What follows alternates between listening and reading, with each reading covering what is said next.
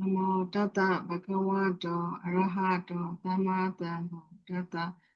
Namo Tata Bhagavato Arahato Sama Sambuddhassa. Namo Tata Bhagavato Arahato Sama Sambuddhassa. Oh,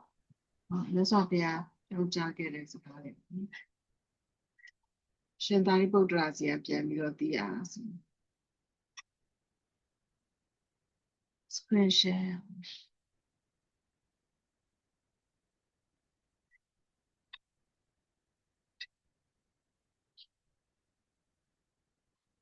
Dine Bioma, get something.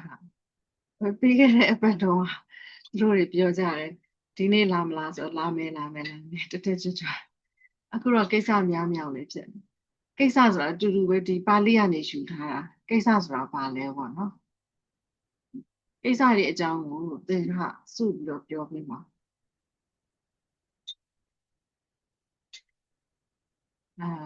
Pali Jolan.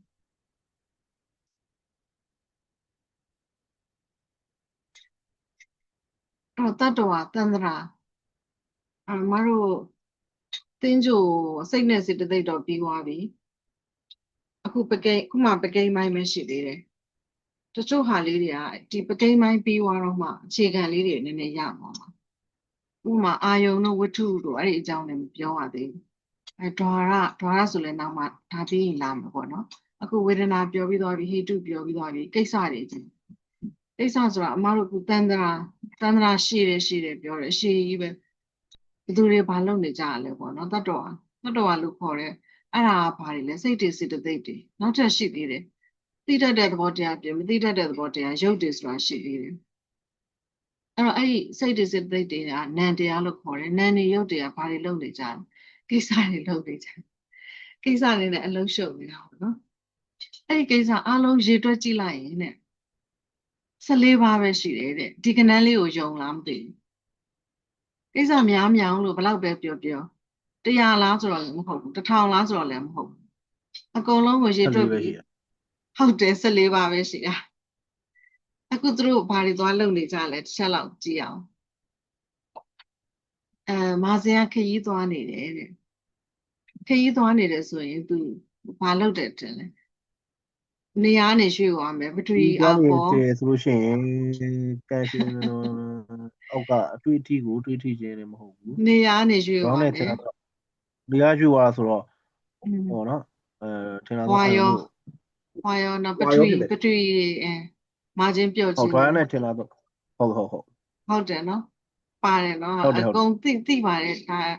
Sunaji will be Lura. Sasaji will be. Not your client and people say, a tweety you do see in case out. Client is in that's a high biome. A John Yadi biome. Manora with tea, dream me. You're not tell me, like him, Suname, dream me. A dream up in Yama family. Or Namadoniama parliament. Namadoniama parliament. And now the kind of do it is a mene, jame, meme jame, I naku atika. I don't let Pame, that's another one.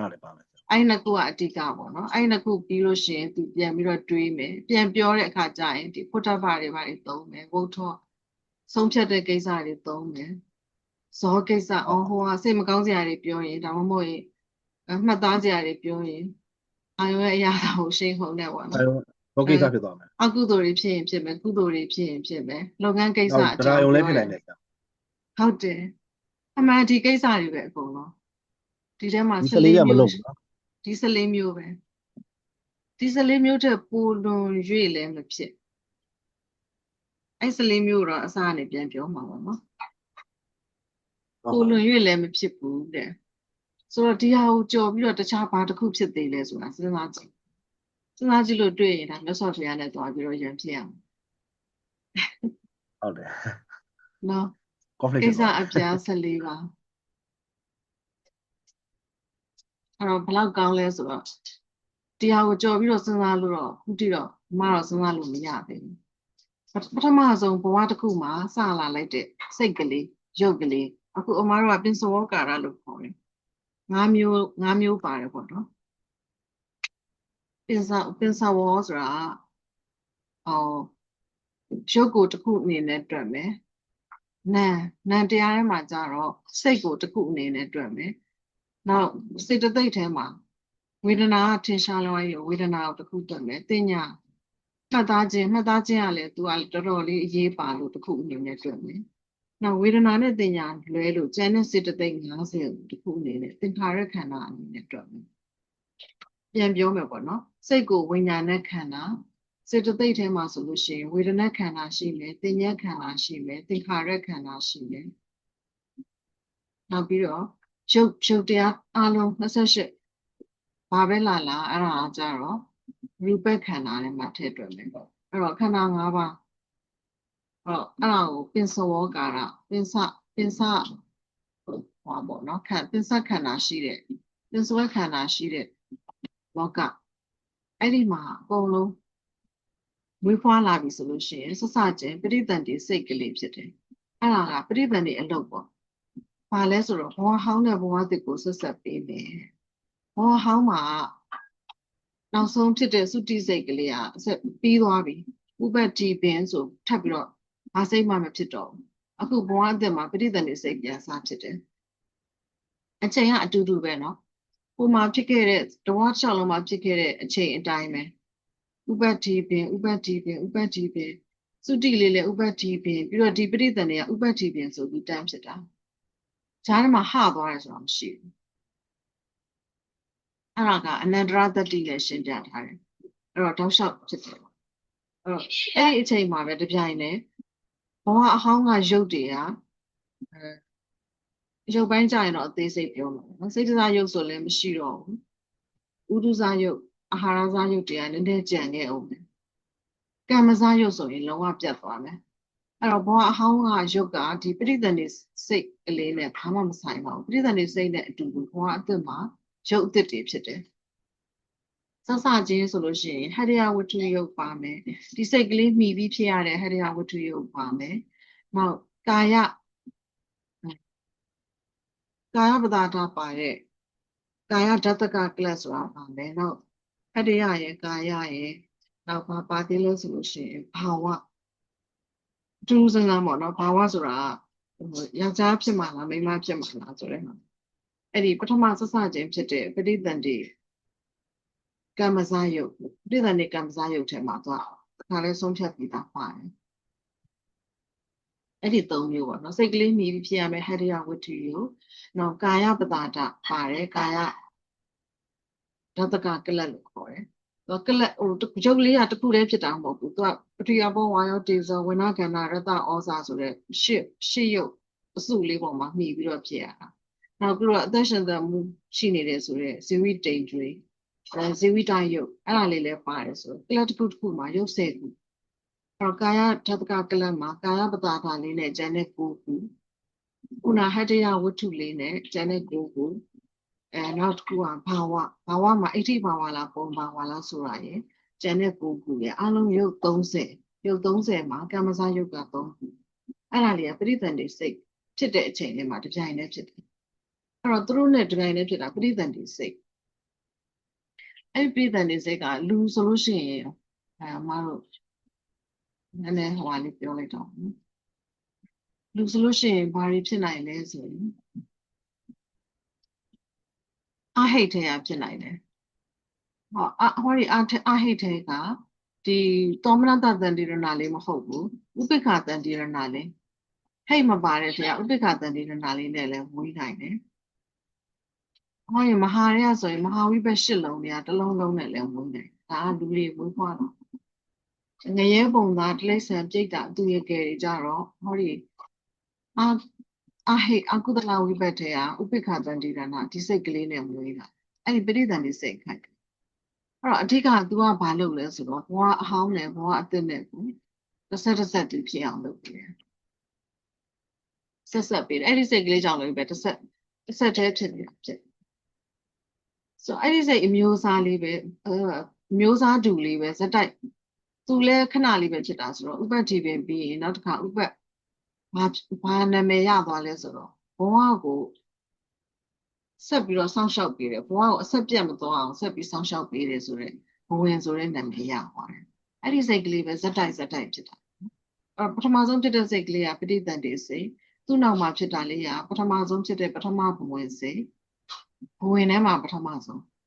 ပဋိသန္ဓေပြီးရင်ဘဝင်ထဲမှာပထမဆုံးဝင်ပြီးရင်ဒုတိယဘဝင်တတိယဘဝင်စတုထဘဝင်ပထမဆုံးဝိသိစိတ်တွေစမဖြစ်ခင်ဘဝင်14ချိန်15ချိန်လောက်တန်ရှင်ရှိသမျှပြီးလို့ရှိရင်ဝိသိစိတ်တွေဖြစ်မယ်ဝိသိစိတ်တွေရဲ့ခြားမှာဘဝင်တွေစတိုက်ဖြစ်မယ်ပြီးဝိသိစိတ်တွေဖြစ်မယ်ဘဝင်တွေဖြစ်မယ်ကံရှင်ရှိသမျှတဘဝလုံးနန်းခန္ဓာအစင်မပြတ်ရအောင်ရရှိထားရဘဝကိုစောင့်ရှောက်ပြီးတယ်ဆိုအလုပ်ကိုလုပ်တယ်ကိစ္စဆိုတာအလုပ်ပဲပြီးရင်အဲ့ဒီအမျိုးအစားစိတ်ကလေးပဲအဲ့ဒီဘဝမှာကံတွေလည်းကုန်သွားပြီရုပ်တွေလည်းကံမစားရုပ်တွေလည်းကုန်သွားပြီစိတ်ကလည်းသုတိစိတ်ဝင်သွားပြီဆိုလို့ရှိရင်သုတိကိစ္စအဲ့ဒီအမျိုးအစားလေးနဲ့ပဲသိရမယ်သုတိကိစ္စနောက်သိရဆိုတာနောက်ဆုံးဖြစ်တာသူဖြစ်ပြီးရင်နောက်ထပ်တခြားဒီဘဝမှာတခြားစိတ်မဖြစ်တော့ဘဝအသစ်မှာပဋိသန္ဓေစိတ်သွားဖြစ်တော့မှာဒီဘဝနဲ့ဆိုင်တဲ့ဟာ14မျိုးပဲရှိတယ်သုတိနဲ့အဆုံးသတ်သွားလိုက်ပြီအဲ့ဒီကြားထဲမှာဝိထိတွေဖြစ်တယ်ဝိထိတွေကဘာတွေလဲအာယုံ5မျိုးရှိတယ်အာယုံ5မျိုးကိုမြင်တဲ့သိတဲ့စိတ်ကလေးတွေကဒသနာသဝနာကာယနာတာယနာဖုဒနာဒါလေးကကြားဘူးပဲဆိုပြီးတော့နောက်တစ်ခါထပ်တွေ့လို့ရှိရင်သိအောင်မှတ်ထားအောင်ဒါကမြင်စိတ်ကြားစိတ်နာမ်စိတ်ရတာသိစိတ်အတွေ့အထိကိုသိတဲ့စိတ်အဲ့ဒီအလုပ်တွေကိုလုပ်တယ်မြင်ခြင်းအလုပ်ကြားခြင်းအလုပ်အနံ့ရခြင်းအလုပ်ရတာသိခြင်းအလုပ်နောက်အတွေ့အထိကိုသိခြင်းအလုပ်တွေကိုလုပ်တယ်ဒါတွေကိုလုပ်နိုင်မှုအတွက်ကိုအာယုံမှာဓာရမှာပေါ့နော်ဓာရဆိုတာခန္ဓာတစ်ခါးပေါက်နဲ့တူတယ်သာဓရုပ်ကလေးတွေရှိတယ်အဲ့ဒီမှာဝင်လာမယ်တိုက်ခတ်လာမယ်အာယုံလေးတွေကိုဆင်ကျင်တဲ့အလုပ်ကအာဝဇန်ကဒီနေရာမှာ2မျိုးရှိတယ်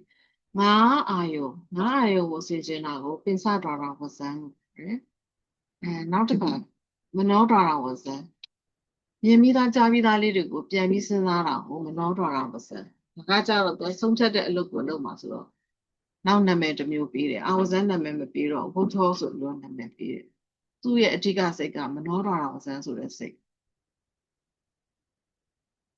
အခုတော့ဘာရမှာထင်လာအာယုံကိုဆင်ကျင်တဲ့အာဝဇန်စိတ်အဲ့တော့အလုံးနော်သူနဲ့ပါဆိုလို့ရှိရင်ပဋိသန္ဓေဘဝင်စုတိအာဝဇန်တွေလုံမယ်မြင်မယ်ကြားမယ်နားမယ်စားမယ်သိမယ်အဲ့ဒီလိုမျိုးသိလာပြီဆိုရင်လည်းလက်ခံနေတယ်ဒါပဲလာလက်ခံရတာဒီနေရာမှာဒီစိတ်ကလေးတွေကလည်းအယမ်းမြန်တာကိုပြစ်တီပြက်ဆိုပြီးတော့အယမ်းမြန်တယ်တီးလို့ရှိရင်နောက်တစ်စိတ်ကအဲ့ဒီအမှားလေးကိုလက်ခံတဲ့စိတ်ကလေးတမရိဆိုင်အဲ့ဒါကြောင့်ဒီနေရာမှာဒီစိတ်ကလေးတွေအဟိတ်ဒီစိတ်ကလေးတွေအပိုလေးတွေပါနေတာမြင်ပြီးလို့ရှိရင်ဒီတမရိဆိုင်နဲ့တန်းပြီးတော့လက်ခံတယ်ပြီးရင်တန်တိရဏလေးနဲ့စုံစမ်းတယ်ဆိုတော့ဒီတရားတွေကဖိတ်မပါဘူးဒီအချိန်မှာလောဘတွေဒေါသတွေမောဟတွေလောဘဒေါသမောဟတွေဘာမှမဖြစ်သေးဘူးအကျိုးသက်ဘာလို့ဆိုကိုကအကြောင်းတွေအများကြီးလုပ်ခဲ့တယ်ဆိုတော့မကောင်းတာတွေကိုလက်ခံရမယ်ကောင်းတဲ့အကြောင်းတွေအများကြီးလုပ်ခဲ့တယ်ကောင်းတာတွေကိုလက်ခံရမယ်ရကိုရမယ်ဟာတွေရမယ်ဟာတွေကိုလက်ကိုလက်ခံရမယ်ဟာတွေပြီးလို့ရှိရင်လည်းစုံစမ်းရမယ်မကောင်းတာကိုလည်းမကောင်းတာကိုစုံစမ်းသိရမယ်ကောင်းတာကိုလည်းပျော်ရွှင်ရွှင်နဲ့စုံစမ်းတယ်ဒါမှမဟုတ်ရင်ဥပိ္ပခာနဲ့စုံစမ်းတယ်ဆိုပြီးတော့2မျိုးစုံစမ်းပြီးရင်ဝုတ်ထောတော်တော်လေးစုံသွားပြီပေါ့နော်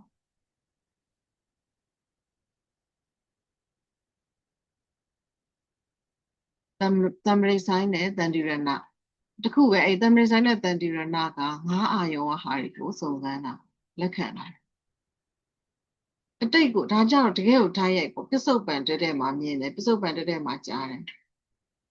ဒါပေမဲ့အဲ့မြင်တဲ့ဟိုဟာလေးကအစင်းလေးကလည်းပျောက်သွားပြီဒါပေမဲ့ပြန်စဉ်းစားလိုက်ရင်ပေါ်နေတော့မယ်အဲ့ဒါကအတိတ်ကိုပြန်စဉ်းစားတာဖြစ်တယ်အတိတ်ကိုပြန်စဉ်းစားတဲ့အခါကျရင်ဒီဘုတ်ထောပေါ့နော်ဘုတ်ထောသည်သူကနောက်တစ်ခေါက်ပြန်ပြီးတော့နောက်ထပ်ဝီထိတွေမှာပထမဆုံးဝီထိမှာတော့သူကဓာတ်ရိုက်မြင်လိုက်တယ်ဒါပေမဲ့နောက်ထပ်ဝီထိတွေမှာကျတော့သူကပြန်ပြီးတော့အတိတ်ကိုပြန်ပြီးတော့စဉ်းစားတဲ့အခါမှာကောင်းတယ်မကောင်းဘူးနောက်ဒါလေးတွေရဲ့နာမည်တွေဒါလေးတွေရဲ့ဘာတွေလဲဆိုတာတွေဒါလေးတွေကိုဘယ်လိုရှင်းဆိုင်ရမလဲဘယ်လိုလက်ခံဘယ်လို ခံစားရမလဲဆိုတာလေးဆုံးဖြတ်တဲ့အခါကျလို့ရှိရင်အဲ့မနောဒရာဝဇန်လေးအလုပ်လုပ်ရတယ်ဒီလိုမျိုးဆုံးဖြတ်တယ်ပေါ့နော်ပိုင်းခြားမှတ်သားဆုံးဖြတ်တဲ့အလုပ်အဲ့ဒီအလုပ်ကိစ္စကိုလုပ်တယ်လုပ်ပြီးလို့ရှိရင်သူဆုံးဖြတ်လိုက်တဲ့အတိုင်းပဲအာရုံရဲ့အရာသာကိုခံစားရတယ်ခံစားရဆိုတော့လောဘဖြစ်တယ်ဒါမှမဟုတ်ဒေါသဖြစ်တယ်ဒါမှမဟုတ်မောဟဖြစ်တယ်ဒါမှမဟုတ်အာလောဘအာဒေါသနဲ့ပေါင်းပြီးတော့စိတ်ကလေးကြည်လင်ပြီးတော့ပျော်ပျော်ရွှင်ရွှင်လည်းဖြစ်ရင်ဖြစ်မယ်ဥပိ္ပခာလည်းဖြစ်ရင်ဖြစ်မယ်ခံစားမှုတွေလာပေါ့နော်ဇောအလုပ်တွေလုပ်မယ်ဇောအလုပ်ဆိုတော့အကုသိုလ်ကုသိုလ်ကိရိယာအဲ့ဒါတွေကဇောတွေနောက်တရားယုံကတော့ဇောကရုပ်တရက်ကြီးရပ်သွားလို့မရတဲ့အတွက်ကြောင့်ဇောကခုနှစ်ကြိမ်ပြီးသွားတဲ့အခါမှာတရားယုံကဘယ်လိုလဲဆိုတော့ဟောဒီတန်တိရဏ3လုံးနဲ့မဟာဝိပတ်8လုံးကခုနဇောယူထားတဲ့အာယုံကိုပဲထပ်ပြီးတော့ယူတာနှစ်ကြိမ်လောက်နောက်ထပ်2စိတ်လောက်ထပ်ပြီးတော့ဖြစ်တာအဲ့ဒါလေးကိုတရားယုံဆိုတာတရားရမဏဆိုတာဇောခံစားပြီးတော့အာယုံကိုထပ်ပြီးတော့ခံစားခြင်းကျွင်းကြံလေးကိုပေါ့နော်ဒီမှာဘယ်လိုရှင်းလဲစိတ်တွေဇောခံစားပြီးတော့အာယုံကိုထပ်မံခံစားခြင်းဒီလိုပဲရှင်းပြ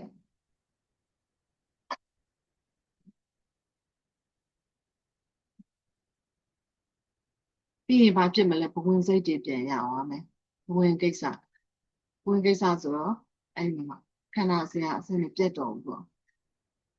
အမှအဲ့ဒါကိုဝိထိပိုင်းမှာကြို့ပြီးတော့ပုံလေးဆွဲထားတာထည့်ထားတယ်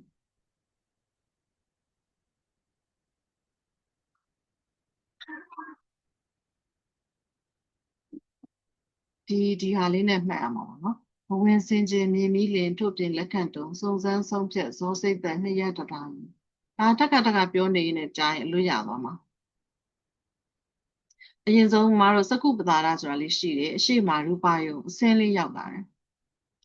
အဲ့တော့ကိုယ်မှာဖြစ်နေတာကဘဝင်စိတ်တွေတောက်လျှောက်ဖြစ်နေတာဘဝင်စိတ်တွေဒါပေမဲ့အခုလိုမျိုးအာယုံကတိုက်လာတဲ့အခါကျတော့ဘဝင်စိတ်ကလေးကမနေတော့ဘူးပထမတစ်ချိန်တော့ဒီတိုင်းကြော်သွားတယ်ဒါပေမဲ့ဒါကဘဝင်ကဆလနာဆိုတော့ဘဝင်လေးကလှုပ်သွားတယ်ပေါ့နော်လှုပ်သွားတယ်ဆိုတာအရှိအာယုံကိုယူခြင်းပြီဆိုတော့စကုပ္ပတာလေးကအရှိအာယုံကိုရူပယုံကိုယူခြင်းပြီဆိုတော့ဘဝင်လေးကမနေတာတော့လှုပ်သွားတယ်ဒါနောက်ဆုံးအနေနဲ့ဖြစ်သွားတယ်သုံးချက်အတိဒဘဝင်ကဆလနာဘုံတို့ပစ္စေတာပါဠိနာမည်ရှိတခြားမဟုတ်ဘူးခဏစိတ်ကလေးတစ်ခဏလွန်သွားတယ်ပြီးရင်အဲ့စိတ်ကလေးနောက်တစ်စိတ်ကလေးကကြတော့လှုပ်ရှားရှားလေးဖြစ်သွားတယ်နောက်ဆုံးတစ်ချိန်ဖြစ်ပြီးတော့ရပ်သွားတယ်ပြီးရင်ဆင်ကျင်တယ်ဆင်ကျင်တာကပင်စတော်တော်ဝဇ္ဇံပြီးရင်စကုဝိညာဉ်မြင်တယ်ပြီးရင်တံပရိဆိုင်လက်ခံတယ်တန်တိရဏစုံစမ်းတယ်ဘုထောဆုံးဖြတ်တယ်ဇော9ကြိမ်ဖြစ်တယ်တရားယုံ2ကြိမ်ဖြစ်တယ်အဲ့ဒီအချိန်မှာရုပ်ကလေးက19ချက်ပြည့်သွားပြီရူပါယုံလည်းမရှိတော့ဘူးအဆုံးသတ်သွားပြီစကုပ္ပတာရအဲ့လက်ခံလိုက်တဲ့စကုပ္ပတာရလေးလည်းအဆုံးသတ်သွားပြီစကုပ္ပတာရနောက်ဟာတွေဖြစ်သွားပြီနောက်အသစ်တွေဖြစ်လာအဲ့တော့စိတ်ကလည်းဘဝင်စိတ်ကိုပြန်ရောက်အဲ့တော့အဲ့ဒါဝိတိပိုင်းကြရင်လည်းအဲ့ဒါတွေပဲထပ်ခါပြောမှာပြီးရင်စိတ်ရေတွက်ပုံတွေပါပြောမှာ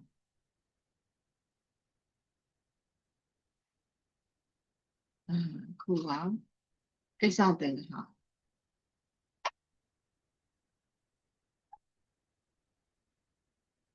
အဲ့တော့အဲ့ဒီ14ကိစ္စအပြင်တခြားဘာမှမရှိဘူးပေါ့နော်ရှင်းပြထားတာဆာယာကိစ္စတက်သောစိတ်တည်းကိုပြီးတော့မှစိတ်89လုံးနဲ့ဒီကိစ္စတွေကိုသွားပြီးတော့ဆက်ဆက်ရတော့မှာ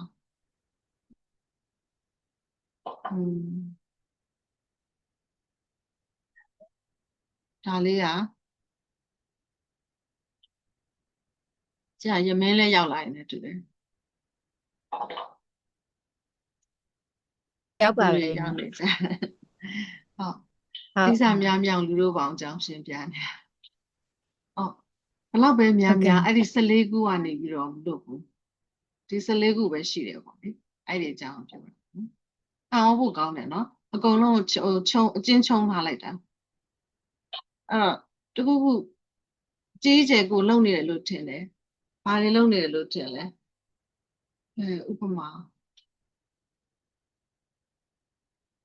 ဥပမာလေးတစ်ခုလောက်စဉ်းစားကြည့်ပါဦး စောစောကတော့မာစင်ခရီးသွားတဲ့ကိစ္စ ကိစ္စနဲ့ ထမင်းစားတယ် ကိစ္စနဲ့ဆိုရင်ဒါရ ထမ နာ င်းစားတယ် ကိစ္စ ဟုတ်တယ်ဒါရနာကိစ္စ ဒါ တော့ ရ အဓိ နာ က အဲ့ငါးပါးထဲမှာပါသွားမယ်နော်ဘာလို့လဲဆိုတော့အစင်းကိုလည်းဒီထမင်းကိုမြင်မယ်ပြီးရင်ဒီထမင်းစားနေကိုစားနေကိုအတန်ကိုလည်းကိုကြားရမယ်နောက်ဒီဟင်းနေအနောက်လည်းရမယ်ပြီးရင်ဒီရှာပေါ်မှာဒီရတာသီးစိတ်ကိုသိမယ်နောက်ပြီးတော့ ဟုတ်တယ် ဒီရှာပေါ်မှာဒီထမင်းနဲ့ရှာနဲ့ထိသွားတဲ့အထွေးထိကိုလည်းရမယ် ဟုတ်တယ် ပြီးမျိုးချလိုက်တဲ့ဟာကျတော့ဘာဖြစ်သွားလဲမသိဘူးနော် မျိုးချလိုက်တာ မျိုးချလိုက်လို့ သိစိတ်ကလေးနဲ့ဆုံးဖြတ်ပြီးတော့ ကိစ္စ ဒီဟာလုပ်မယ်ဆို မစားရ ပြီး လောက် တော့မျိုးချလိုက်တာဟုတ်တယ်ဒါကသူကအာယုံကိုဆင်ကျင်ပြီးတော့အခုသူကသူလုံးရမယ့်အလုပ်ကိုလုပ်လိုက်တာပေါ့နော်အဲ့ဒါလည်းဖွတ်ထပ်ပါတယ်ပဲဖွတ်ထပ်ပါတယ်ပဲမျိုးချလိုက်ပြီးတဲ့အခါကျ ဟုတ် တော့ တယ်ပါပါနော်ဟုတ်ဟုတ် ဖွတ်ထပ်ပါတယ်ပဲပြီးတော့နောက်တစ်ခုထပ်ပြီးတော့ထည့်မယ်ပထဝီအာဘောဝါရောပထဝီဝါရောဒေဇောအဲ့ဒါတွေဆက်ပြီးတော့အလုပ်လုပ်မယ်ပြီးတော့ကိုကရှာပေါ်မှာရှိထားတဲ့အရာတောင်ကောင်းတယ်မကောင်းဘူးကိုကဆုံးဖြတ်အောင် ချိုးချင်းငန်းဆက်ပေါ့ဆရာမဟုတ် ချိုးချင်းငန်းဆက်ဆုံးဖြတ်အောင်ပဲပြီးတော့ခံစားအောင်ပဲချက်ထားတဲ့လူကတော်တော်ဆိုးတာပဲစကူမှုကတော်တော်မကောင်းဘူးအငယ်လေးလိုတယ် အဲ့ဒါပြည့်တခါထပ်စားခြင်းနဲ့ဆိုရင်တခါထပ်မှန်ပြောမှာဘာဖြစ်မလဲ ဟုတ်တယ် ဒါရုံကိစ္စထပ်ဖြစ်မယ်ဆရာမ ဟုတ်တယ်ဒီအလဲရဟာတွေပဲအဲ့တော့ဘယ်လောက်ပဲကြီးကျယ်ပါတယ်ပြောပြောအစည်းအဝေးထိုင်နေပါတယ်အစည်းအဝေးခန်းထဲမှာကြားတယ်ကြားတယ်စဉ်းစားတယ်စဉ်းစားတာကပြန်ပြီးတော့ဆင်ကျင်တာဒေါ်ကမှထင်လာတဲ့အာယုံကိုဆင်ကျင်တာရှိတယ်နောက်ဒီဒါကတော့ပင်စာယုံလို့လည်းပြောတယ်မနောဒေါရဝိထိမှာဆိုရင်အခုနဝိထိလေးကိုဆက်ပြီးတော့ပြစကုဒေါရဝိထိကသူကပို့ပြီးတော့ကြားအောင်မနောဒေါရဝိထိမနောဒေါရဝိထိကစဉ်းစားတာမတို့မြင်တာကြားတာထက်ကိုအမှန်ကမနောဒေါရဝိထိကပိုများတယ်ပိုများဆိုမြင်တာလေးတစ်လုံးပြီးရင်အမတို့တွေးတာတွေကနောက်မှ၄ဝီထီလောက်လိုက်တယ်၄ဝီထီလောက်ကအဲ့ကိုမြင်တဲ့ဟာကိုနာမည်ပေးရမယ်မြင်ဘူးထားတဲ့ဟာဆိုရင်နာမည်တန်းသိတယ်လူဆိုရင်တကယ်ချင်းဆိုရင်လည်းဒါနာမည်မသိတဲ့လူသိတဲ့လူနာမည်သိတာအဲ့မနောဒေါရဝီထီနဲ့သိတာနောက်အဲ့ဒီလူရဲ့ကောင်းခြင်းဆိုးခြင်းတွေဒီလူကကိုယ့်ကိုဒုက္ခပေးဘူးတယ်ဆိုတာတွေအထိအဲ့လိုမျိုးတွေးတာဒီမနောဒေါရဝီထီတွေအများကြီးထပ်ဖြစ်တယ်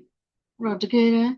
မြင်တာပြီးလို့ရှိရင်မြင်စိတ်ကတဝီထိပဲဆိုရင်အဲ့မနောဒရာဝီထိကအများကြီးနောက်ကလိုက်တယ်။ဒါပေမဲ့ तू ကအလုံးနေသွားတယ်။ဘလောက်နေသွားလဲဆိုတော့သူ့မှာတန်ပရိဆိုင်တို့တန်တီရနာတို့မပါဘူး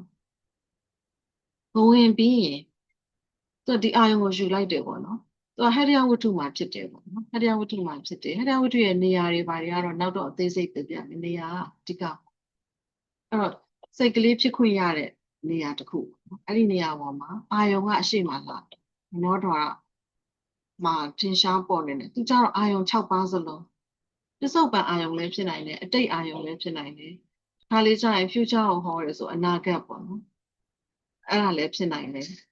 နောက်ဒီနေရာမှာပစ္စုပန်အတိတ်အနာဂတ်ကလွတ်တဲ့ပြည့်ညက်ဆိုတာလေဟောဝတသက်ဆိုတာလည်းဖြစ်နိုင်တယ်ဟောဝတသက်ဆိုရင်ပြည့်ညက်ဆိုရင်ဒါအတိတ်အနာဂတ်နဲ့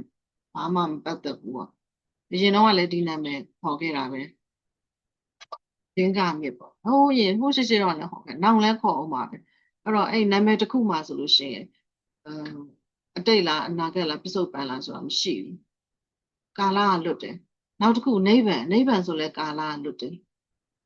ဘာလို့ဆိုတော့ဖြစ်ချင်းတက်ချင်းမရှိလို့အဲ့တော့အဲ့လိုမျိုးအတိတ်အနာဂတ်ပစ္စုပန်လွတ်တာပဲဖြစ်ဖြစ်မလွတ်တာပဲဖြစ်ဖြစ်အတိတ်ပဲဖြစ်ဖြစ်ပစ္စုပန်ပဲဖြစ်အနာဂတ်ပဲဖြစ်ဖြစ်အာယုံအမျိုးအစား6မျိုးစလုံးကိုသူကဟရိယဝတ္ထုမှာတွေးတော့မယ်ဆိုတော့သိတော့မယ်ပေါ့နော်မနောဒွါရနဲ့မနောဓာတ်နဲ့သိမလားမနောဝိညာဏဓာတ်နဲ့သိမလားအဲ့နှစ်ခုနဲ့တစ်ခုခုနဲ့သိတော့သိမယ်ဆိုရင်တော့အဲ့စင်ကျင်တာပဲမနောဒွါရဝဇ္ဇံပဲအဓိကသူကဆုံးဖြတ်ပေးလိုက်ပြီးဆိုရင်ကုသိုလ်အကုသိုလ်တန်းဖြစ်တော့တာအဲ့တော့ဒီအရှိရလူပြောနေတဲ့စကားကသူကမဖြစ်နိုင်တာတွေလုပ်ခိုင်းနေတယ်ဟိုကအနောက်ကနေဒေါသတွေထွက်နေဒါမှမဟုတ်ရင်အလုပ်ဆရာတွေအလုပ်တွေအများကြီးရှိပါလားဆိုရင်စိတ်တွေကတူဟောသူပြောလိုက်တာကိုလုပ်ရင်ကလကကောင်းကောင်းရတော့မှာပဲဆိုရင်ဒါကတော့လောဘတွေနောက်ကနေလိုက်နေပြီစသည်ဖြစ်မှာနော်မနောဒွါရဝဇ္ဇံပြီးတာနဲ့ဇောတွေခံစားနေရဘူးပြီးရင်တရားယုံဖြစ်မယ်ဂျားထဲမှာအိတ်ငိုက်သွားအောင်မယ်တူဝီထိနဲ့တူဝီထိဂျားထဲမှာဘဝင်နေ14-15ချိန်လောက်ဖြစ် နောက်တစ်ဝီထီလာမယ်အဲ့တော့ဘလောက်ပဲကြီးကျယ်တဲ့အလုပ်တွေပါပဲပြောဒီမနောဒွါရဝီထီဖြစ်တာပဲဒီအမျိုးအစားတွေပဲဒီအလုပ်တွေပဲလုပ်ရတာဒီတက်ပို့ပြီးထူကြတဲ့အလုပ်မရှိတော့ဘူးစင်ကြင်ရတယ်ခံစားရတယ်အဆုံးသက်ခံစားရတယ်ပြီးလို့ရှိရင်ဘဝင်စိတ်ဖြစ်တယ်ပြီးရင်မြင်မဲ့ကြားမဲ့နားမဲ့စားမဲ့ထိမဲ့အဲ့ဒါတွေအဲ့တော့ကိစ္စသင်္ကဟ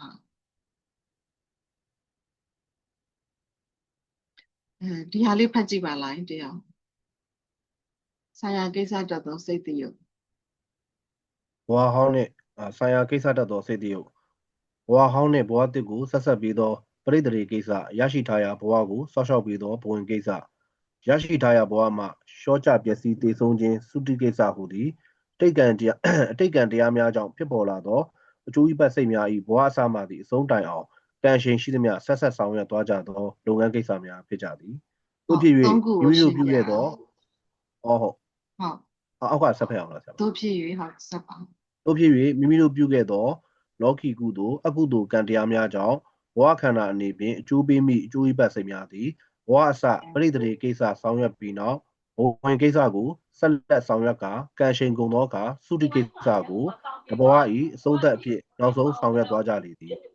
ဟုတ်အဲ့ဒါကိုကြည့်လို့ရှိရင်ဒီအကျိုးဝိဘတ်ကိစ္စတွေအကျိုးဝိဘတ်အလုပ်တွေအားသူကြီးပဲရှိနေတယ်လို့ပေါ့နော်ထင်ရတယ်ပေါ့နော်တကယ်တမ်းကျတော့ဒီဝိဘတ်စိတ်တွေကြီးပဲကသူကအရင်တော့သတ်မှတ်ပေးလိုက်တာဟုတ်တယ်အရင်တော့သတ်မှတ်ပေးလိုက်တယ်ဆိုတာဘယ်ဘဝကိုရောက်စေဆိုတာခုကံရဲ့စေတနာကဆုံးဖြတ်ပြီးစေတနာတကယ်ကို calculator အကြီးစားကြီးလိုပဲပေါ့နော်ဒီမှာဘဝမှာဒါမှမဟုတ်ရင်အဲ့ပထမဘဝရဲ့ဒီပြီးခဲ့တဲ့ဘဝ previous life ရဲ့အခုရှေ့ကဘဝပေါင်းများစွာကလေးကလုပ်ခဲ့တဲ့စေတနာတွေကောင်းကံတွေဆိုးကံတွေအားလုံးကိုသူက calculate လုပ်ပြီးတော့ဘယ်ဟာအကျိုးပေးခွင့်ရမလဲဆိုတာတစ်ခုထွက်လာတယ် draw လုပ်လိုက်သလိုပဲပေါ့နော်ဒါမှမဟုတ်ရင်လည်းသူကမှန်မှန်ကန်ကန်ဆုံးဖြတ်နိုင်တယ်ဆိုရင်လည်းအပေါင်းနှုတ်တွေအများကြီးလုပ်ပြီးတော့နောက်ဆုံးအချိန်သုတိဖြစ်ခံတဲ့အချိန်လေးမှာဒီနေ့ရှာပေါ်ထွက်လာတဲ့အဲ့ဒီကုသိုလ်ကံလေးဖြစ်မယ်အကုသိုလ်ကံလေးဖြစ်မယ်သူကဒီအသစ်ဖြစ်မဲ့ဘဝကိုအခုဖြစ်မဲ့ဘဝကိုဆုံးဖြတ်ပေးလိုက်တယ်ဘယ်မှာသွားပြီးတော့ပဋိသန္ဓေနေလိုက်ဆိုတော့အဲ့ဒီပထမဆုံးရတဲ့ပဋိသန္ဓေစိတ်နဲ့အလားတူစိတ်ကလေးကတစ်ဘဝလုံးဖြစ်အောင်အဲ့တော့ငရဲပုံမှာရောက်တယ်ဆိုရင်အဲ့ဒီပဋိသန္ဓေစိတ်တွေနဲ့အလားတူဝိပဿစိတ်တွေတောက်လျှောက်ဖြစ်ရအောင်ဆိုတော့သူ့ရဲ့အရှိန်ကြောင့်လည်းမကောင်းတဲ့အမြင်အာရုံနဲ့အကြားအာရုံတွေရတော့မှာပါခုလူဘဝမှာကြတော့ကောင်းတဲ့ကုသိုလ်ရဲ့အကျိုးကြောင့်ရလာတယ်ဆိုတော့အဲ့တော့ဒီအကျိုးဝိပဿစိတ်ကလေးတွေကြားခံထားတဲ့အခါမှာနောက်ထပ်ဘာထပ်ပြီးတော့လုပ်လဲဆိုရင်အဲ့အမားတို့ဇောတွေအသစ်လုပ်တဲ့ဇောတွေကကိုယ့်ရဲ့ဘဝကိုအပြောင်းလဲဖြစ်အောင်အများကြီးဖန်တီးလို့ရတယ်အဲ့တော့ဝိပဿစိတ်ကြီးပဲမဟုတ်တာတော်တော်ကံကောင်းတယ်အဲ့လိုပြောတာပဋိသန္ဓေဘဝင်သုတိကိစ္စဆိုတာကတော့အရင်တော့ဆုံးဖြတ်လိုက်တာဟုတ်တယ်ဒါပေမဲ့တချို့လူတွေပြောကြတယ်ဟောဘဝမကောင်းတာကံမကောင်းလို့အရင်တော့ကံမကောင်းလို့ဘာဖြစ်လို့မကြိုးစားလဲပေါ့နော်အဲကြိုးစားမယ်ဆိုတဲ့ဟာကအခုအမတို့ဇောစိတ်တွေကနေလာမှာခုနပြောလိုက်တဲ့ဇောကိစ္စဇောကိစ္စတွေမှာကောင်းတာတွေလုပ်နိုင်လို့ရှိရင်ဒါအသစ်တွေလုပ်အောင်အဲ့တော့အဟောင်းတွေနဲ့အဟောင်းမြင်ရတာတွေနဲ့ကျဉ်းမနေပဲနဲ့အဲ့ဒီဟာကိုဒီနေရာမှာအမတို့ကဒါပြုပြင်ဖန်တီးရမှာ creation အသစ်လုပ်အောင်ပါကိုယ့်ဘာသာကိုလုပ်အောင်ပါကိုဒီရလာပြီးတဲ့ဟာတွေရဲ့ဂျာထဲမှာဒီအသစ်ဘုထောနဲ့ဇောနဲ့ဒါညံရှိသလိုကစားရမယ့်ကိစ္စအသစ်ကစားရမယ့်ကိစ္စဆိုတော့ဒီကိစ္စတွေကိုကြည့်ပြီးရင်အဲ့လိုသဘောပေါက်လို့လည်းရအဲ့တော့ပဋိသန္ဓေဘဝင်သုတိကိစ္စတက်တဲ့စိတ်ကိုလောဆယ်ရှင်းပြလို့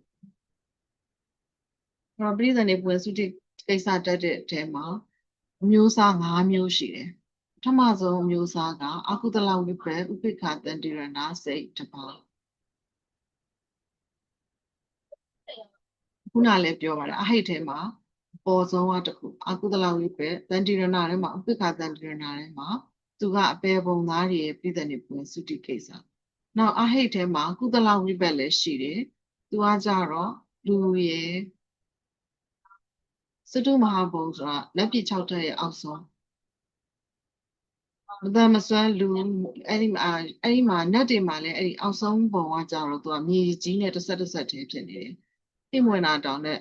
တောင်ကြီးပေါ့နော်တောင်ကြီးမှာရှိတယ်သူကကြတော့ဒီစတုမဟာဘုံကအကုန်လုံးအကောင်းကြီးပဲမဟုတ်ဘူးအဟိကုသလဝိဘတ်အကျိုးပေးလို့ရှိရင်ဒီမတန်ဆွမ်းတဲ့လူတွေလိုပဲအဲ့နတ်မှာလည်းနတ်အကျိုးနတ်ကံအင်္ဂါမစုံအဲ့လိုမျိုးတွေဖြစ်တတ်တယ်ဆိုတော့ဒီနှစ်မျိုးပေါ့နော်သူတို့ကကုသိုလ်ရဲ့အကျိုးဆိုပေမဲ့ကုသိုလ်ဟာရမ်းကြီးမကောင်းခဲ့တဲ့အတွက်ကြောင့်အလောဘအဒေါသမဟိတ်တွေမပါခဲ့တဲ့အတွက်ကြောင့်အကျိုးပေးမပြည့်စုံတော့ပြည့်စုံမရတယ်နောက်တစ်ခုကမဟာဝိဘတ်၈ပါးသူကတော့ကာမတုဂတိ9ပုံနောက်ကောင်းတဲ့ဘဝကိုရတာပေါ့နော်လူနဲ့ကာမတုဂတိ9ပုံဆိုတာလူတစ်ပုံနတ်ပြည်6ထက်ဒီစတုမဟာမှာကျန်တဲ့ကောင်းတဲ့ဟာတွေရယ်စတုမဟာအားလုံးမဟုတ်ဘူးနော်မကောင်းတာနည်းနည်းလူတွေမှလို့ပဲမကောင်းတာနည်းနည်းရှိမယ်ကောင်းတာများများရှိအဲ့တော့ဒီနတ်ပြည်6ထက်မှာကျန်တဲ့မဟာဝိဘတ်၈ပါးနဲ့မွေးလာတဲ့သူတွေပြိတ္တနေကိုစုတိကိစ္စဆောင်ရွက်မယ်ရူပဝိဘတ်5ပါးအလဲကဝိပတ်ဇရာဟိုစိတ်ဇရာတွေကအလဲကဝိပတ်စိတ်တွေပဲပေါ့အဲ့တော့ဒီစိတ်ဇရာထဲမှာကြည့်လိုက်မယ်ဆိုရင်ဒါတွေအကုန်လုံးကပဋိသန္ဓေဘဝင်သုတိကိစ္စဆောင်ရွက်နိုင်တယ်ဘယ်သူမှမဆောင်ရွက်နိုင်ဘူးလဲဆိုရင်သက္ခုသောတာခန္ဓာစိန်ဝါကာယနောက်တံပရိဆိုင်တွေကအဲ့ဒီအလုံးမလုပ်ဘူးကျန်တာတွေလုပ်တယ်ဖို့လေးပါဝိပတ်စိတ်ဖြစ်တယ်ဒါပေမဲ့သူကပဋိသန္ဓေဘဝင်သုတိသူကလွတ်သွားတဲ့စိတ်ဆိုတော့ကျန်တဲ့ဟာကတန်တိရဏ3လုံးsorry သောမနတမပါဘူးဥပိ္ပခာတန်တိရဏ2လုံးမဟာဝိပတ်8လုံးရူပဝိပတ်5လုံးအရူပဝိပတ်4လုံးအဲ့ဒါကိုပဲပြောတာအဲ့တော့အဲ့ဒီစိတ်တွေကခုနကိစ္စ3ခုကိုဆောင်ရွက်တယ်အာဝဇန်လေးဖတ်ကြည့်ပါဦး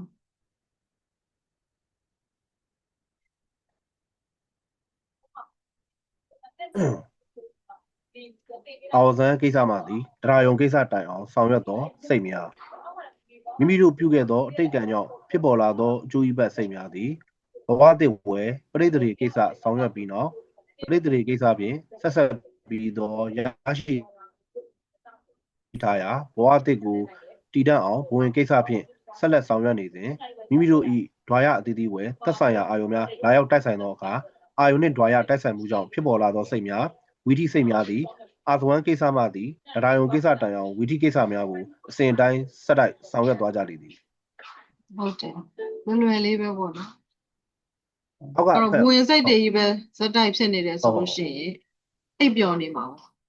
အခုကတော့အာယုံအသစ်တွေလာပြီးတိုက်တဲ့အတွက်ကြောင့်ကိုယ်မှာရှိတဲ့ပသာဒလေးတွေကလက်ခံပြီးတော့ဓာရဆိုတာဒီပသာဒရုပ်တွေကိုပဲပြောတာတကားပေါက်နဲ့တူတယ်ပေါ့ကြည်နေတဲ့နေရာလေးတွေအဲ့ဒီမှာသက်ဆိုင်ရာအာယုံလေးတွေလာတိုက်တဲ့အခါကျရင်အာယုံနဲ့ဓာရတိုက်ဆိုင်မှုကြောင့်ဖြစ်ပေါ်လာတဲ့စိတ်တွေအသစ်တွေဝိထိစိတ်လို့ခေါ်တယ်နိုးထလာတဲ့စိတ်တွေသူဒီအာဝဇန်ကိစ္စမှဒီတရားယုံကိစ္စတိုင်အောင်ဝိထိကိစ္စများကိုအစစ်အတိုင်းစက်တိုက်ဆောင်ရွက်ကြလိမ့်မယ်စောစောကပြောခဲ့တဲ့ဒီမှာဟောဒီအာဝဇန်ကနေပြီးတော့တရားယုံထိနံပါတ်3ကနေပြီးတော့နံပါတ်73ထိအဲ့ဒါတွေကဝိထိသဘောတရားတွေနိုးထလာတဲ့စိတ်တွေပဋိသန္ဓေမွေးတယ်ဝင်ကအိပ်ပျော်နေတယ်နိုးထလာပြီပြီးသုတိကအဆုံးသက်နောက်ဆုံး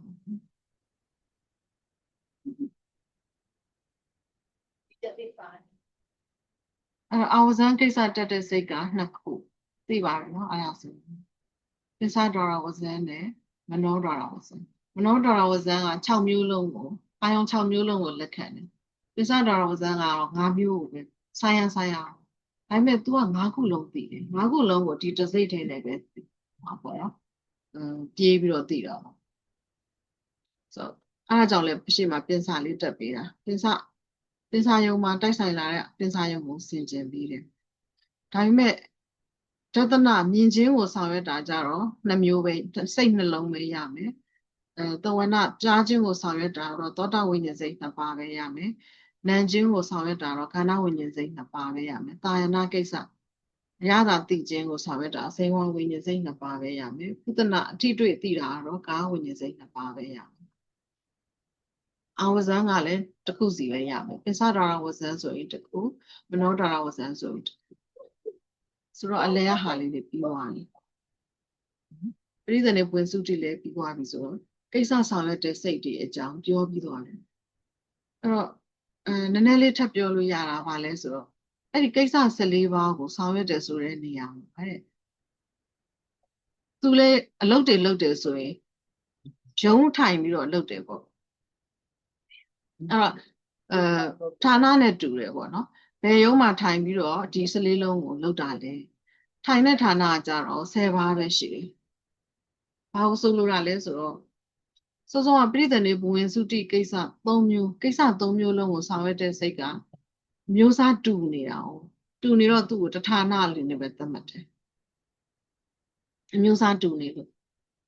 ခုနပြောတဲ့ဥပိ္ပခာတန်တိ2ပါးရယ်မဟာဝိပ္ပ10ပါးရယ်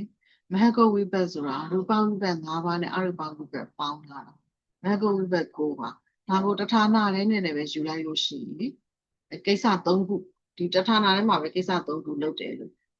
ဆိုလိုတာပေါ့နော်ဆိုတော့ဌာနအနေနဲ့ဆိုရင်နေဝါပို့ပြီးတော့နေဝါတယ်အောင်စမ်းတစ်ခုကတော့ပေါင်းလို့မရအောင်လုံးမတူတဲ့အတွက်ကြောင့်အဲ့တော့ပိစဒရာဝဇန်က9အာယုံကိုလက်ခံတာဆိုတော့သူကတဌာနဘုထောမနောဒရာဝဇန်6အာယုံကိုလက်ခံတာဆိုတော့သူကတဌာနဒီဒသနသဝနာဂါယနာတဏပုဒနာအဲ့ဒါကဒွေပိစဝိညာဉ်10ပါဒါပေမဲ့တဲ့ဒသနစသည်ကိုပိစဝိညာဉ်ဌာနလို့နာမည်တစ်ခုတည်းပေါင်းပြီးတော့ခေါ်လိုက်မယ်တဲ့အဲ့တော့သူကဌာနတစ်ခုတည်းဖြစ်သွားတယ်အဲ့တော့ကိစ္စ5ခုဌာနတစ်ခု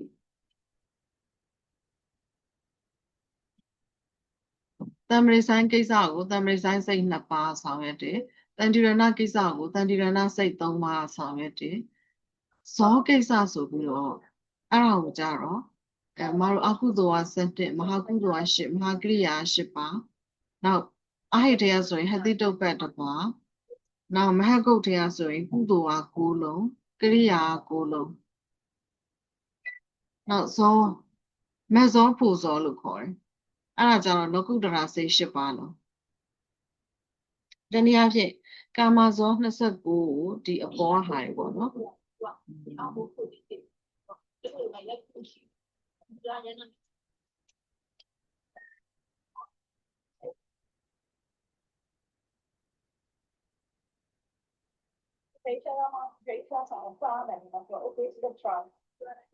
ကာမဇော29ကိုဒီအပေါ်တထမ်းဆောင်ရတယ်ဒီအပ္ပနာဇော26ကိုအောက်တထမ်းဆောင်ရတယ်အပ္ပနာဇောကဇန်ဇောပေါ့ဇန်စိတ်နော်သူကမြတ်တာအပ္ပနာမြတ်တာလို့လည်းပြောတယ်ကာမကကြတော့9အာယုကာမလို့ဘာလို့ခေါ်ရလဲဆိုတော့9အာယုပါအပ္ပနာကြတော့မနောဒရာတစ်ခုလေပဲစိတ်တစ်ခုလေပဲဟို5မျိုးမြင်တာကြားတာနားစားတာဒီမှာပါဘုဒ္ဓရာမှာပါဟက်ကုတ်မှာရပါသူကတစ်ခုလေပဲသိတာနောက်ဆုံးတစ်ခုကတရားယုံတရားယုံကိစ္စကိုဆောင်ရွက်တာကြတော့မဟာဝိပ္ပ10ပါးဥပိ္ပခတန်တိရဏ2ပါးသောမနတတန်တိရဏ2တနည်းအားဖြင့်တန်တိရဏ3လုံးနဲ့မဟာဝိပ္ပ10ပါးသူကဝိပ္ပစိတ်ဖြစ်ပေမဲ့ဇောယူရဲ့အာယုံကိုဆက်ပြီးတော့အရှိန်မသေးသေးတဲ့အတွက်ကြောင့်အရှိန်လေးနည်းနည်းနှေးပေးတာပေါ့နော်အရှိန်ယူပြီးနောက်ဆုံးကျန်တဲ့အရှိန်လေးကိုခံစားပြီးတော့အဆုံးသတ်ဆိုတော့ဒီမှာရောဖြစ်ရင်လည်း2ကြိမ်ဖြစ်တယ်မဖြစ်ရင်လည်းလုံးဝမဖြစ်ဘူးညဒီမှာကိစ္စကိုဒီမှာဇရာတိုင်းပြန်ရေးကြည့်လို့ဆိုတော့1 2 3 4 5 6ဘယ်နေရာမှာလိုရလဲဆိုတော့ဘုထောကိစ္စကျန်ဘုထောကိစ္စ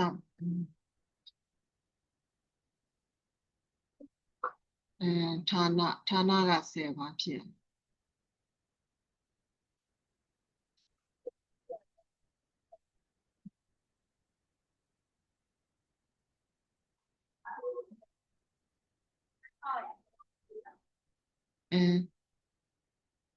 ပရိသတ်နေဘဝင်စုတိကို3ဌာနအနေနဲ့ရေးတွက်တယ်စိတ်မျိုးစားတူတယ်ဆို3ဌာနအနေနဲ့ရေးတွက်ဌာန10ပါပ ရိသန္တေယတဌာနဘဝင်ယတဌာနသုတိယတဌာနဒါဆိုရင်ဂျားထဲမှာအာဝဇန်ကနှစ်ခုပေါင်းပြီးတော့ပိစဒေါရဝဇန်နဲ့မနောဒေါရဝဇန်အာဝဇန်ဆင်ခြင်လဲဆိုပြီးတော့တဌာနပိစဝိညာဉ်ဌာနကဒီတွေး30ကိုပေါင်းပြီးတော့ပိစဝိညာဉ်ဌာနတဌာနဒီနေရာမှာပဲပေါင်းသွားတာဌာနနာယုတ်တိရှိတယ်ပိစဝိညာဉ်ကိုသိတာတဌာနအာဝဇန်အလုပ်လုပ်တာတဌာနပရိသန္တေအလုပ်လုပ်တာတဌာနဘဝင်အလုပ်လုပ်တာတဌာနတမရိဆိုင်အလုပ်လုပ်တာတဌာနဒါလက်ခံတာပေါ့ဒါစုံစမ်းတာတဌာနဘုဒ္ဓဆုံးဖြတ်တာကတဌာနစိတ်ကနှစ်ခါထက်တယ်တွေ့လားမနောဒရဝဇန်နှစ်ခါထက်တယ်ဘာဖြစ်လို့လဲဆိုတော့အလုံးမတူလို့မနောဒရဝဇန်စိတ်ပဲဒီနေရာမှာတော့ဆင်ခြင်တယ်ဒီနေရာမှာတော့ဆုံးဖြတ်တယ်ဘုဒ္ဓကတဌာနအာဝဇန်နေနေရတဌာနဒီနေရာမှာနှစ်ခုဌာနနှစ်ခုပွဲတယ်ဇောကတော့တဌာနတရားယုံကတဌာနသုတိယတဌာနထိုနည်းအားဖြင့်ဌာန10ခုရပြီဆိုတော့ဒါလေးကိုတစ်ချက်ပြောမယ်နော်အမှုလုပ်ငန်းသည်ကိစ္စဖြစ်၍ထိုလုပ်ငန်းကိုပြုလုပ်ရာအလုပ်ယုံနေရသည်ဌာနဖြစ်လိမ့်မယ်အဲ့တော့ပရိသန္တေအလုပ်ကဘဝဟောင်းတဲ့ဘဝသစ်ကိုဆက်ဆက်ပေးတဲ့လုပ်ငန်းအဲ့တော့ပရိသန္တေဌာနဆိုတော့အဲ့ဒီကိစ္စကိုပြုလုပ်ရာစိတ်ရှေးစိတ်နောက်စိတ်နှစ်ခုတို့၏အကြားစိတ်တစ်ခုဖြစ်လောက်ရာအခါကာလနေအောင်ဆိုလိုတယ်တဲ့ဆိုတော့စိတ်ကလေးတစ်ခုဖြစ်ခွင့်ရတယ်ပေါ့တခြားအလုပ်လုပ်နေတဲ့ရှေးစိတ်တခြားအလုပ်လုပ်နေတဲ့နောက်စိတ်နှစ်ခုကြားထဲမှာဒီပရိသန္တေကိုအလုပ်လုပ်မဲ့စိတ်ကလေးတစ်ခုဖြစ်လောက်ရာအခါကာလအဲ့ဒါကိုပရိသန္တေဌာနလို့ definition တွေကတော့တအားကောင်းတယ်ဆိုတော့ဒါတွေကနောက်မှတစ်ခေါက်ပြောလို့ရတယ်ပြောလို့ရသေးလားအိတ်ငိုက်နေကြရင်မငိုက်ပါဘူး ငိုက်ပါအောင်ပြောလို့ရပါတယ်ဒါဆိုတစ်ဆက်တည်းအဲ့ဒီဟောဟာလေးကိုတချို့ကတစ်ကိစ္စပဲလုပ်တယ်တချို့ကနှစ်ကိစ္စလုပ်တယ်ဆိုတာအဲ့ဒါလေးကိုဆက်ပြီးတော့ပြောပြမယ်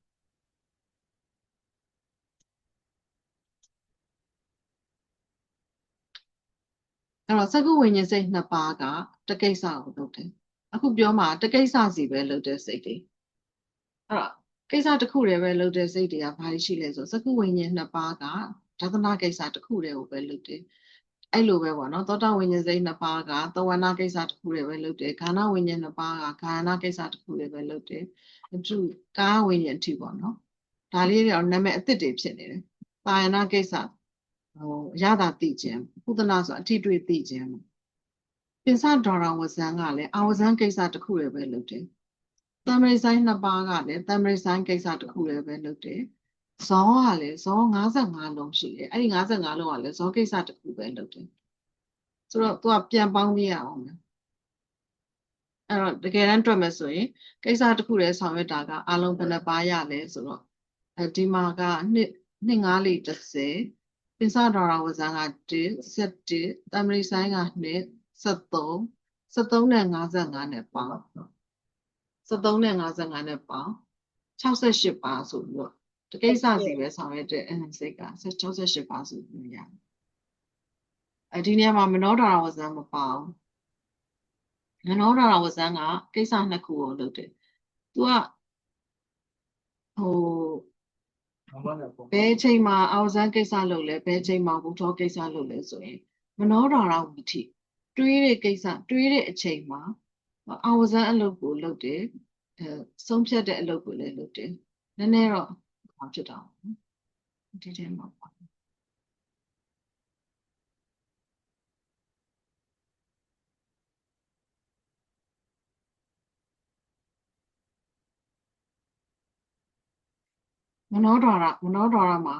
မနောဒရမှာမနောဒရဝိထိမှာဒီချိန်မှာသူကအာယုံကိုဆင်ခြင်လဲဆင်ခြင်ရတယ်ဆုံးလဲဆုံးဖြတ်ရတယ်အလုပ်နှစ်ခုလုံးဒီရိုးရိုး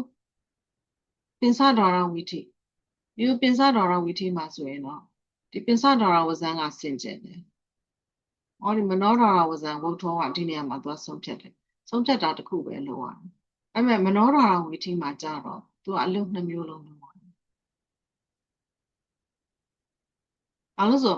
ဝင်ပြီးရင်သူတန်းလာတာ哦အဲ့တော့ကိုတွေးလိုက်တဲ့ဟာလေးကိုသူကစင်ကျင်တယ်ခါလေးစင်ကျင်လဲစင်ကျင်တယ်ဆုံးလဲဆုံးဖြစ်တယ်အဲ့တော့အလုပ်နှစ်ခုလောက်ရတယ်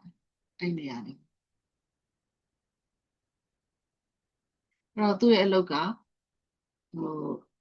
ထင်လာတဲ့အာရုံကိုစင်ကျင်တာရယ်နောက်ပြီးတော့ကောင်းလားမကောင်းလားဆုံးဖြတ်ဘယ်လိုခံစားမလဲဆိုတာကိုဆုံးဖြတ်တာရယ်နောက်တစ်ခုသောမနတတန်တိရဏသူကပုံမှန်ဆိုလို့ရှိရင်စုံစမ်းတဲ့ကိစ္စဒါပေမဲ့ဇောခံစားပြီးတဲ့အချိန်မှာအာရုံကိုကြံလေးကိုအာရုံလက်ကြံလေးကိုပေါ့နော်ရုပ်တရက်ကြီးရက်လို့မရတဲ့အချိန်မှာသူကတရားရုံကိစ္စလေးဝင်ပြီးလုပ်ရတယ်သောမနတတန်တိရဏသူ့ရဲ့နောက်အတွဲဥပိ္ပခတန်တိရဏကြတော့အဲ့ဒီကိစ္စတွေလည်းမကောင်းအလုပ်တွေအများကြီးလုပ်ရတယ်ဥပိ္ပခတန်တိရဏလေးကြတော့တန်တိရဏအလုပ်ကောတရားရုံအလုပ်ကောနောက်ပဋိသန္ဓေဘဝင်စုတိဆိုတဲ့အလုပ်ကောသူကကြတော့၅ခုတောင်လုပ်ရတယ်ဥပိ္ပခတန်တိရဏလေးကနှစ်ခုရှိတယ်ပေါ့နော်အကုသလဝိဘတ်ရဲ့ကုသလဝိဘတ်အဟိတ်ထဲမှာနှစ်ခုရှိတယ်အဲ့နှစ်ခုစလုံးကပဋိသန္ဓေအလုပ်ကောဘဝင်အလုပ်ကောစုတိအလုပ်ကောတန်တိရဏအလုပ်ကောတရားရောအလုပ်ကောနာမည်ကတန်တိရဏဆိုတော့နာမည်ထဲမှာပါတဲ့အလုပ်လည်းလုပ်ရတယ်နောက်ဇောပြီးရင်တရားရောအနေနဲ့လည်းထပ်ပြီးတော့လုပ်ရတယ်ဆိုတော့သူကကိစ္စအများဆုံးဖြစ်သွားတယ်အဲ့တော့ပဋိသန္ဓေဘဝင်စုတိ၃ခုပဲလုပ်ရတာပါတယ်လေဆိုတော့မဟကဝိဘတ်မဟကရူပဝိဘတ်နဲ့အရူပဝိဘတ်သူတို့နှစ်ခုကကြတော့ပဋိသန္ဓေဘဝင်စုတိပဲလုပ်ရတယ်အဲ့ဒီတရားရုံအလုပ်လုပ်တာဒီကာမမဟာဝိဘတ်ကာမဘုံထဲမှာပါတယ်မဟာဝိဘတ်သူကတလုပ်ပို့လုပ်ရတာပေါ့နော်တရားရုံဆိုတော့ဒီဟာလေးကအဲ့ဒါလေးကထူးခြားတယ်အဲ့တော့မဟာဝိဘတ်၈ပါးကသူပဋိသန္ဓေအလုပ်လုပ်တယ်ဘဝင်အလုပ်လုပ်တယ်စုတိအလုပ်လုပ်တယ်တရားရုံအလုပ်လုပ်တယ်ဆိုတော့၄ကိစ္စဖြစ်တယ်၄ကိစ္စတက်တယ်ဆိုတော့ဒီရှစ်လုံးက၄ကိစ္စအဲ့ဒီဝိဘတ်ကျန်တဲ့ဝိဘတ်မဟကုတ်ဝိဘတ်၉ပါးက၃လုပ်ပဲအလုပ်၃ခုပဲလုပ်တယ်အဲ့တော့တရားရုံလုပ်ရတဲ့ဟာလေးတွေကနည်းနည်းရှုပ်သွားတာပေါ့တရားရုံလည်းလုပ်ရတယ်မဟာဝိဘတ်၈ပါးက၄ခုဖြစ်သွားတယ်အဲ့တော့ဥပ္ပခတန်တိရဏတရားရုံလုပ်ရတဲ့အပြင်ကိုသူကတန်တိရဏအလုပ်လေးလည်းလုပ်တယ်ပဋိသန္ဓေဘဝင်စုတိအလုပ်လည်းလုပ်တယ်ဆိုတော့အလုပ်၅လုပ်ဖြစ်သွားအဲ့တော့နှစ်ကိစ္စနဲ့တတာကမနောဒရာဝဇန်နဲ့သောတိလို့အတူမှတ်လိုက်တယ်ပေါ့နော်အော်ဒီဟာဥတီကိုမှတ်လိုက်တယ်သောတိဥတီသောတိက2လုံးဥတီက5လုံးအလုပ်တွေအများကြီးအဲ့တော့အဲ့ဒါတွေအားလုံးပြန်ပေါင်းမယ်ပေါ့ဒီကိစ္စကခုန68ပါနှစ်ကိစ္စကသောမနောဒရာဝဇန်နဲ့သောတိသုံးကိစ္စကမဟကုဝိဘတ်9ပါ၄ကိစ္စကမဟာဝိဘတ်8ပါ၅ကိစ္စကဥပိ္ပခတန္တိရဏလေး2လုံးအဲ့တော့အကုန်ပြန်ပေါင်း68နဲ့2နဲ့80 89 80နဲ့89ပါစိတ်89ပါသူတို့အလုပ်တွေချို့တွေကပို့ပြီးတော့လုပ်ရတယ်ချို့တွေကတကိစ္စပဲလုပ်ရတယ်ဒါကစိတ်တွေကအလုပ်တွေလုပ်နေရတယ်ဆိုရင်ရှင်းပြအောင်အဲ့တော့စိတ်ကလေးတွေဖြစ်လာတာတခြားမဟုတ်ဘူးလှုပ်ရှုပ်နေတာအခုဒီနေ့မလာတဲ့လူတွေလှုပ်ရှုပ်နေတာအမားတို့လည်းအလှုပ်ရှုပ်နေတာပဲအခုအချိန်တိုင်းမှာအမားတို့ဒီအလုပ်တွေလုပ်နေရတယ်ဟုတ်နောက်တစ်ခေါက်ကြာရင်တော့နည်းနည်းကြိုပြီးတော့ပြောမယ်ဓွာရဆိုသိပြီးသားပဲ6ဓွာရရှိတယ်အခုပြောတဲ့ဟာမှာကဏ္ဍလေးတွေအကုန်6ကဏ္ဍနဲ့လာတာဟိုမှာတော့ဆိုလို့ရှိရင်စစချင်းဟိုဝေဒနာမှာလဲဝေဒနာမှာတော့အမားတို့ဟောပေါ့နော်ဟောအာယုဝေဒနာအာရမဏမှာဆိုရင်5ခုနဲ့လာတယ်ဟေတုမှာ6ခုနဲ့လာတယ်6ကဏ္ဍနဲ့လာတယ်ဟေတုမှာလောဘဒေါသမောဟအလောဘအဒေါသအမောဟအခုကိစ္စမှာတော့14ကဏ္ဍပေါ့အခုဓွာရမှာ6နဲ့ပြန်လာမယ်အာယုဆိုရင်6နဲ့ပြန်လာမယ်ဝတ္ထုဆိုရင်6ပါးနဲ့ပြန်လာမယ်ဓွာရက6ပါးရှိတယ်အာယုက6ပါးရှိတယ်ဝတ္ထုက6ခုရှိတယ်ဆိုပြီးတော့လာတယ်အဲ့တော့ဓွာရနဲ့အာယုနဲ့ဝတ္ထုနဲ့ဓွာရနဲ့ဝတ္ထုကဆင်တယ်တူတယ်ပေါ့နော်ဆင်တူတယ်ပေါ့မတူမှာအာယုဒီအသစ်ဖြစ်တယ်အောင်ဒီလုံးကအရင်တော့မသိဘူးတဲ့ပုံစံနဲ့သိရမှာအခုဓွာရကတော့ဓွာရ6ပါးရှိတယ်ဆိုတော့အခုပြောလိုက်လို့လည်းရတယ်ဘာမှမဖြစ်ဘူး ဓာရ6ပါးဆိုတော့စက္ခုဓာရသောတာဓာရခန္ဓာဓာရဇေဝဓာရကာယဓာရနောက်ဆုံးတစ်ခုပဲနောက်ဆုံးတစ်ခုဒီမနောဓာရတခါတော့စဉ်းစားဘူးလားမသိဘူးအာယုံ၅ပါးကိုမတို့ပတာရရုပ်အကြည့်ရုပ်ကလေးတွေနဲ့ရုပ်ပေါ်မှာမြင်ရတယ်ရုပ်ပေါ်မှာကြားရတယ်ရုပ်အဲ့ဒီရုပ်ကလေးပေါ်မှာပေါ်လာတဲ့ထိခတ်လာတဲ့အနံ့လေးတွေဟောပေါ့နော်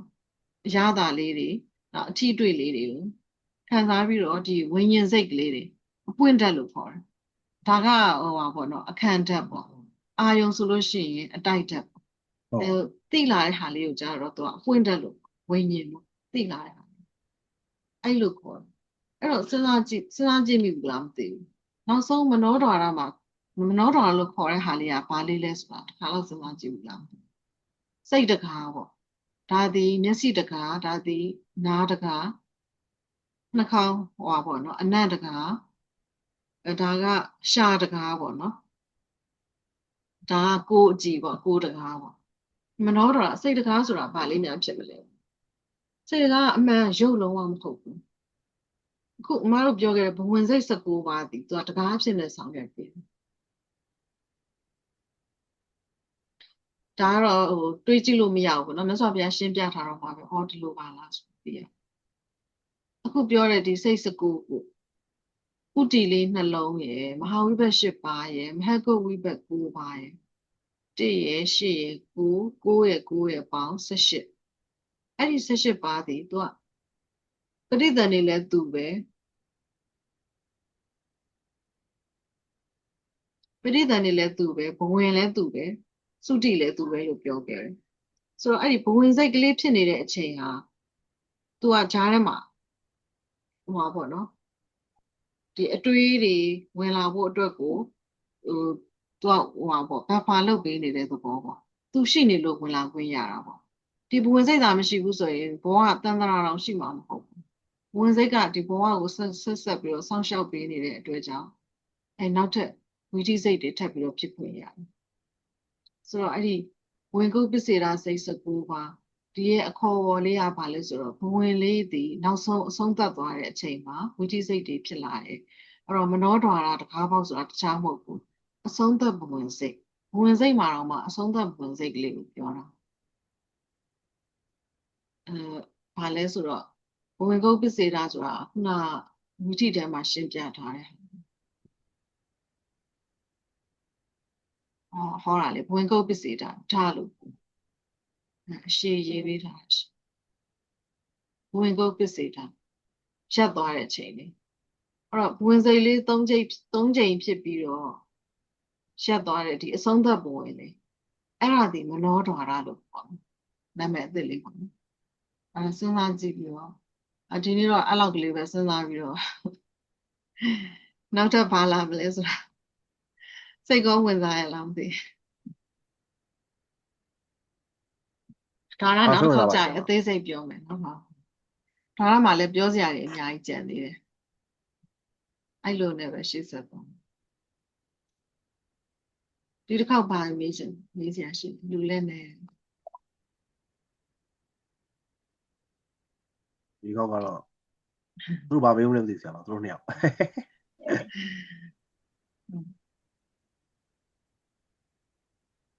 မဇောနဲ့တရားနဲ့ကကြတော့လေဟုတ်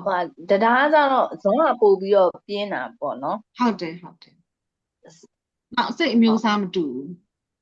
ဇောစိတ်ဖြစ်တာတွေက effect နောက်ထပ် effect လာမယ်အကုသိုလ်တို့ကုသိုလ်တို့ကနောက်ထပ် effect ကိုပေးနိုင်တယ် effect ကြံခဲ့မယ်ပေါ့ကံဖြစ်နေအဲ့ဇောစိတ်မှာပါမဲ့စေတနာစိတ်တိုင်းမှာစေတသိက်တွေအများကြီးပါတယ်လေစေတနာစေတသိက်ကလည်းစိတ်တိုင်းမှာပါတယ်ဝိပဿစိတ်မှာလည်းပါတယ်ဇောစိတ်မှာလည်းပါတယ်ဇောစိတ်မှာပါမဲ့စေတနာကထက်သန်တဲ့အတွက်ကြောင့်သူကသိမ့်တဲ့ဟိုပါပေါ့နော်ဟိုအလုပ်ရှိတယ်သိမ့်တယ်ဆိုတာကမ္မလို့ခေါ်တာသူသိမ့်ထားတဲ့အတွက်ကြောင့်အကျိုးပေးမှာဒါပေမဲ့ခုနပြောတဲ့တရားယုံခံစားတာကြတော့သူအကျိုးမပေးဘူးသူကိုယ်တိုင်ကအကျိုးဖြစ်နေတယ်ဝိပဿစိတ်အဲ့ဒါကြောင့်သူကခံစား가မျှပဲဟုတ်ကျေးဇူးတင်ပါတယ်ဟုတ်ကဲ့ပါ အဲဆိုနောက်တစ်ဖက်ကလွတ်လာမသိဘူးဘာတွေနဲ့ဒီနေ့1 ရက်နေ့နဲ့တိုက်နေရင်အမဟိုဟာဖြစ်လိုက်မလို့နားပေးလိုက်မလို့2 ရက်နေ့ဆိုတာနဲ့လူတွေစောင့်လိုက်တာ2 ရက်နေ့ဆိုတော့အားလောက်ပါတယ်လေဆိုနောက်တစ်ဖက်ကတော့9 ရက်နေ့ဘာနဲ့မှတော့မတိုက်ဘူးတဲ့လားဟုတ်ဟုတ် ဟုတ် ဒါဆိုအဆုံးသတ်မှာနော်ဟုတ်ဗုဒ္ဓသာသနာစိရတိတ်တူဗုဒ္ဓသာသနာစိရတိတ်တူ ဘုရားသာသနာတည်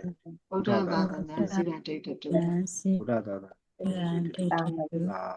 သာဓုသာဓုသာဓု တနစီရန်တိတ်တူအာ မင်္ဂလာနှစ်သက်နဲ့အားလုံးပြည့်စုံတယ်လူရဆန္ဒအားလုံးပြည့်စုံတယ်မင်္ဂလာနှစ်သက်ဖြစ်ပါစေ ဒီရဆို ဒီ ရင် နေ့ပြပါစေ ဒီရစနဲ့ပြေးပါစေ အဲ့လိုက်